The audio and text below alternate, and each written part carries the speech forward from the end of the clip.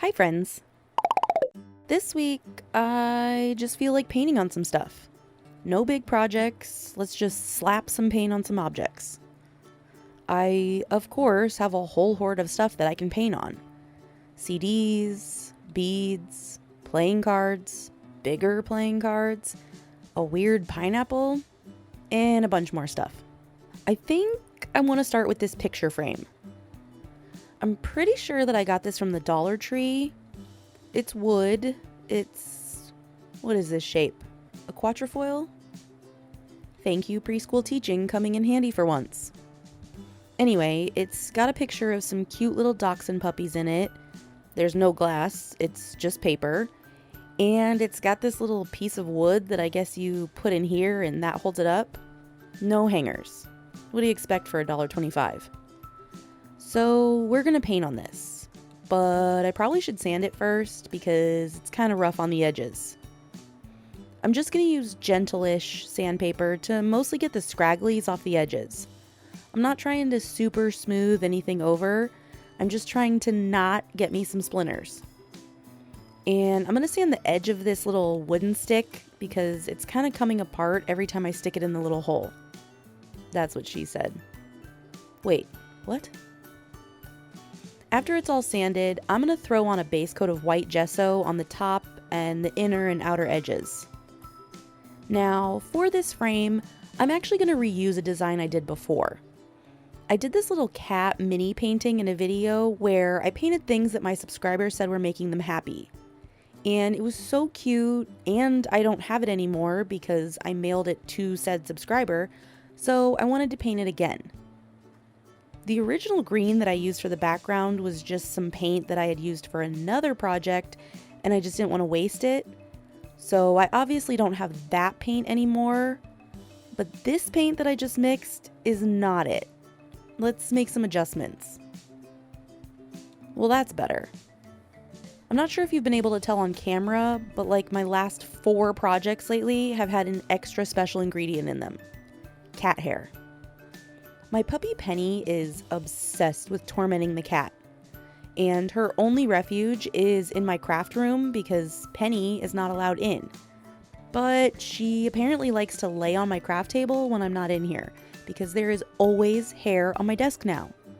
And no matter how much I lint roll it, it's just kind of become a part of my projects. I really don't know how many layers of green paint that I did, but I just basically painted on layers until I ran out of paint. I mean, I guess I could have painted another little circle of wood to become yet another mini painting that I would then recreate and continued that cycle on, but I didn't.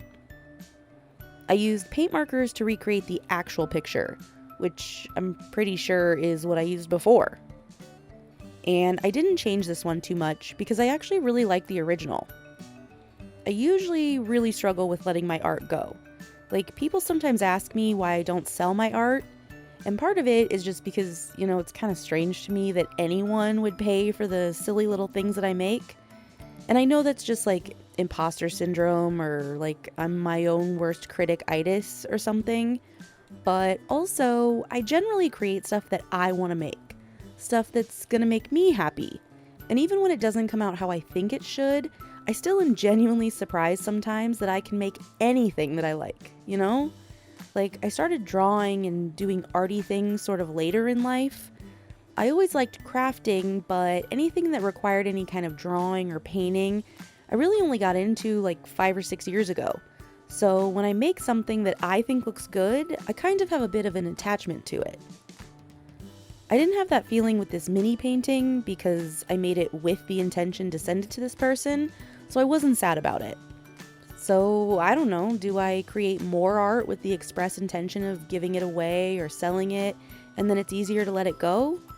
Or do I just keep doing what I'm doing and just hoard all of my projects? Tough call. Either way, now I have a version of this too. With the design all done, I do need to finish the edges, and I think I'm just going to use this pink to match the flowers. I sealed it in with matte varnish off camera, and added the little doggy picture back in because why not? It's cute. And this one is done. It's so cute.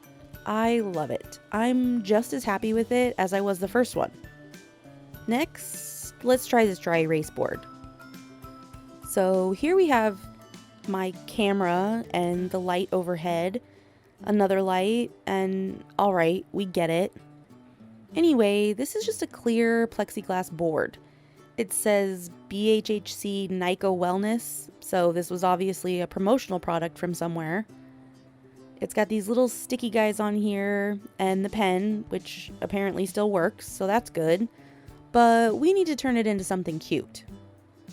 Now, because I still want to be able to use this as a dry erase board, I can't paint on the front. But I can paint on the back and have it show through.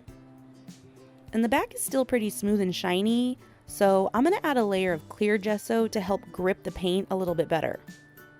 And I'm going to really let that dry so that when I do add paint, it won't reactivate the gesso and pull it up. Now, since I'm going to be painting on the back with the intention that it will show through to the front, I'm going to have to work backwards in a sense. The paint that I put down first is what's going to be the most visible, essentially my top layer. And once that's down, I can't go over any mistakes and cover them up. I would have to scratch everything off and start over. So I really need to think about each step as I go so that I make sure I'm going in the correct order and not missing anything.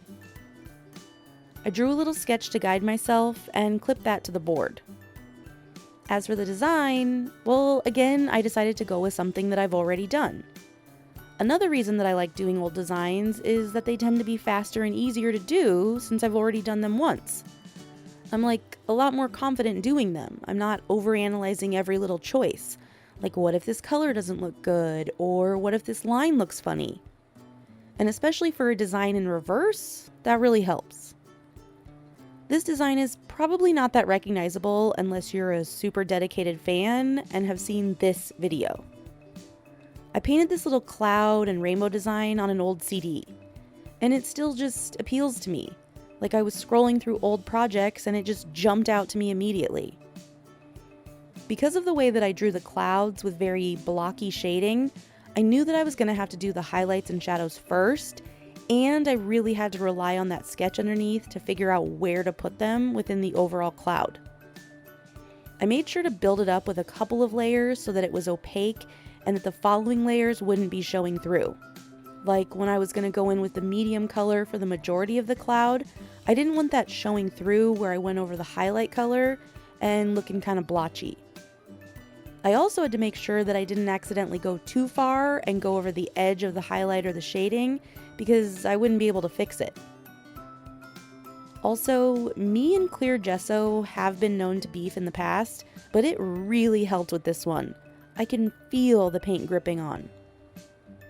I'm using the same colors on this project as I did for the first round, but the actual shades might be different because I honestly don't remember what I used for that first go round. Some kind of paint marker, I'm guessing. Maybe Thule art? You know, I really ought to use those up since they're just sitting here going to waste. After the clouds were nice and built up, I moved on to the rainbows. And I decided to keep my little sketch clipped on because I want to be surprised how it turns out with you. I'm trying to be really careful to keep the lines nice and even as I go, but I'm going to be honest, it didn't really happen. Also, if you wondered why I started with purple, it's because sometimes when you start with the outside of a curve, you misjudge how much space you need, and by the end, the inside is crazy cramped. But if I start with purple, I don't have to worry about it being messed up by the time I get to the pink. Look at those super even lines. Whoops.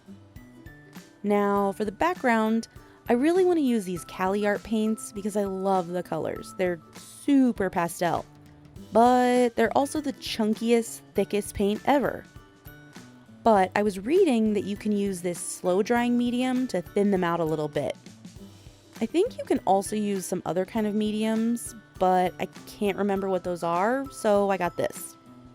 Okay, now for the plan. I remember on the original project that I kind of made the background color a sort of blue and white wispy blend, so I'm going to try to reverse engineer this by starting very wispy and thin with this really light blue. then filling in the rest with an equally wispy but slightly less light blue. Then I'll go over the whole thing with an even less light, but still pretty light blue. I have no idea how this is going to look, but hopefully it will still give it some interest, you know? Also, I really would love to take these dumb foam stickers off of here and put new ones on after I paint, or even magnets, but I really didn't want to spend any money on it, and surprisingly, I don't have small foam stickers in my hoard. So, oh well. I did a couple of coats of that blue and then set it aside to dry really good. After that, I didn't peek at the other side, but it was still looking a little see-through. Like, I could still see the clouds, and I touched this one spot that was tacky and kind of messed it up. So I'm just going to go over the whole thing with white to build up the opacity. It should still look blue on the other side, but this should just thicken it up. Also, yes, I cut into my paint tube to get every last drop. I do that with lotions too. I'm going to leave this to dry completely for about 20 hours or so I don't mess it up again. Alright, this is pretty dry. It's maybe a little sticky, but not tacky or anything. So now we're ready to see what it looks like. Hey, that's pretty cute. I like it. There's maybe a few places where I think you can see, I don't know, the gesso maybe? See how on the pink clouds you can see lines through it? But you can't on the purple or the blue. So that doesn't make sense that it would be the gesso. Maybe the pink just didn't have enough coats and it's the swipes of blue and white behind it? Weird. Oh well. Otherwise, I think it looks fine, so I don't really care. There is some little hairs in there, but that's okay. So the last thing I want to do is cover up this brand logo thing. I originally was going to gesso it and paint another cloud on the front, but then that would take a while and I'd need to varnish it to seal it in, and I don't want to mess with all of that. So I think I'm going to raid my sticker hoard and see what I have. Luckily, I have quite a collection, and I think I found a few that might work. I kind of like this Care Bear one because it's rainbows and clouds, but I don't know if it's going to cover the logo. Nope, that's going to stick out. I also like this rainbow one, which is actually a Montessori sticker, but it's a little big and it covers up this cloud. We have Make Weird Art, which I could kind of angle to cover up the logo. That's an option. Or we have You Are Made of Magic with a rainbow behind it. Kind of like that one. A weird random whale. No. A shark. I kind of like that actually. It's kind of cute. I mean, it doesn't make any sense, but it's cute. Okay, let's do Make Weird Art, because honestly, that's the most true. Now I just gotta make sure that I get this on here correctly. Okay, and the last thing we need to do is test it out. Yes, I am super happy with this. It's imperfect, but cute, and it's an office supply, which I love. Last, we're gonna do these boxes shaped like hearts. These were originally a set of 6. I obviously painted one already in a previous video. I don't remember why. I think I was testing out paint markers. Anyway, now we have 5 of them. They're just plain little cardboard paper mache heart boxes that we're gonna paint. I don't know how many of these I'm gonna be able to get through this week, but I am gonna prep all of them. And I'm gonna start by just drawing a line right around where the lid is. I don't want to paint above this line because I want the lids to be able to close, and if they get too thick with paint, they won't. So this is going to be my line to stop painting. Next, we're going to throw on a coat of white gesso to prep them for painting. Alright, we're going to start with this first lid, and on it we're going to paint, you guessed it, something I already painted before. In this case, drippy fruits. I did this drawing in an episode of my Draw Your Journal series, which I kind of seem to have abandoned, but they were really quick and I didn't get enough of them. I want to see more of them. We barely met. We're strangers and I want to get to know them better. We're obviously revisiting this strawberry first, except I changed it to pink, because I wanted more color variation. Since I did this before, I feel confident or dumb enough to freehand it. I mean, I do have a picture of the original, obviously, and I am using a reference for the shading, so that helps. I'm just kind of jumping back and forth between sections while I wait for these super juicy paint markers to dry. And that's looking super butt. I was trying to do a thing, and I don't like it. It looks like dookie. So let's cover it up and try again. That's why I love paint markers. I can fix the mistakes that I for sure will make. This is looking better, except for those strawberry seeds. I always make a weird arrangement of seeds on my strawberries. But the thing that is going to save this whole thing is this dark pinky red for the shading. Ooh, I don't know how, but this marker is doing all of the heavy lifting. I can't get enough of it. This definitely needs a real outline, but first let's throw on a background. I considered doing a checkerboard background like I did on the Draw Your Journal page, but I'd like to actually get more than one box done, so plain purple it is. And you'll notice that I left a tiny gap between the strawberry and the background because I'm going to do a super thick black border around this. Which was kind of looking a little scary at first, but then I added the super fat, juicy highlights and ooh, that just really made it pop. Yes. So let's move on to another lid. And this one is going to be cherries. This is another fruit that I did on that page, and we can just kind of fly right through the painting because I didn't really struggle too hard with this one. Actually, I think this was the easiest one that I did. The shapes came out right, the colors cooperated, the leaves look a little goofy, but that's really just me nitpicking it. I really like these cherries. I went with blue for the background and added that thick black outline, which really made them pop from the background. And then, of course, the highlights. For the next lid, I'm doing a new fruit. And this is going to be pretty ugly for a bit. See, I wanted more color variation because a lot of fruits are pink and red and there's not as many of the other colors. Originally, I did a lemon on the page, but there are other yellow fruits and not that many green ones. I mean, I guess there are kiwi and grapes, but I didn't think of them at the time, okay? I thought of a lime. Where was I going with this? I don't remember, but these greens were not playing nicely together. I probably should have gone for like minty colors more than neons, but oh well, we get there eventually. Kinda. It gets better. Now, I actually spent a really long time figuring out what background colors to use for each box, because again, I wanted a nice variety. But since I only have 5 boxes, I couldn't do a whole rainbow. I chose yellow for this one in the hopes that it will bring out the green more and make it look limey and less poopy. I gotta stop saying poop as much as I do. Less avocado-y. Which the yellow did help, along with the black outline and those highlights. Ooh, the highlights are like the sprinkles to my donut. So cute.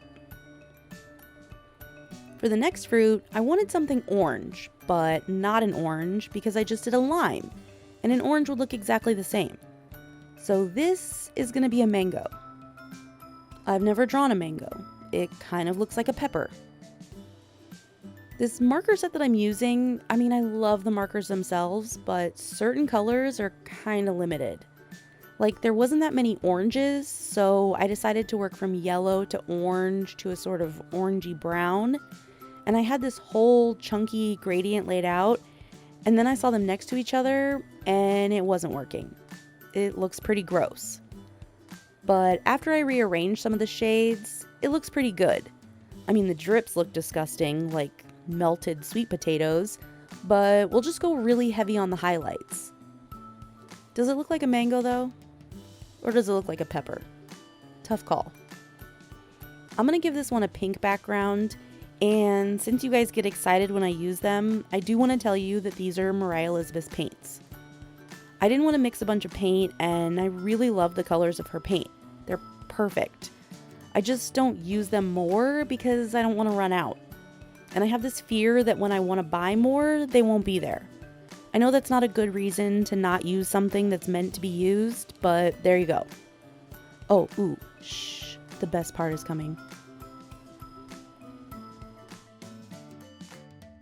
Okay, we actually did make it to the final box.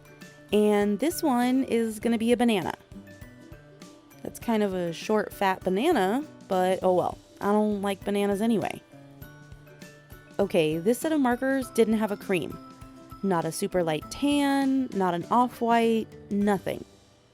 So to make that color of the squishy banana part of the banana, I started with this light yellow and then went over it with white, which I knew wasn't going to be crazy opaque because these direct flow valve markers never are in white. There were only really a couple of yellows in the set, so things kind of started to get a little weird and green on the shadows, especially the darkest one. And looking back at it now in editing, it looks fine, but at the time I thought it was looking kind of weird and flat, so I started adding a super thin outline everywhere and then little texture lines, and yeah. I painted the background of this one green because, well, if yellow helped the green lime, maybe green will help the yellow banana.